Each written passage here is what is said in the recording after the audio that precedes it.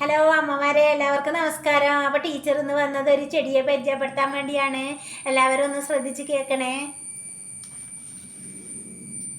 ഇതാണ് ടീച്ചർ കൊണ്ടുവന്ന ചെടി.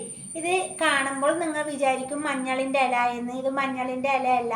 ഇത് നമ്മൾ മഞ്ഞൾ പോലെ തന്നെ ഇല്ല ഒരു ചെടിയാണ്.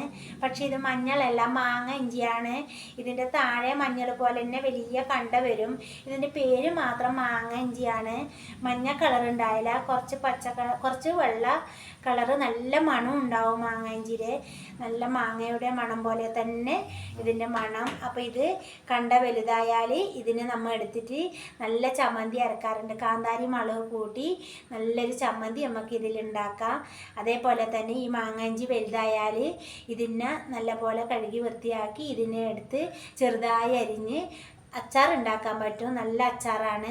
അപ്പോൾ ഇത് രണ്ട് നമുക്ക് ഇത് നട്ടു വളർത്തിയാൽ നമ്മുടെ ഭക്ഷണത്തിൽ ഇത് ഉൾപ്പെടുത്താൻ നല്ലൊരു പോഷകാഹാരമാണ്. അപ്പോൾ നിങ്ങൾ ഇതൊന്ന് നട്ടു വളർത്തി നിങ്ങളുടെ ഭക്ഷണ സാധനങ്ങളിൽ ഇത് ഉൾപ്പെടുത്തണേ. ഇഷ്ടമായാൽ ലൈക്ക് ചെയ്യണേ.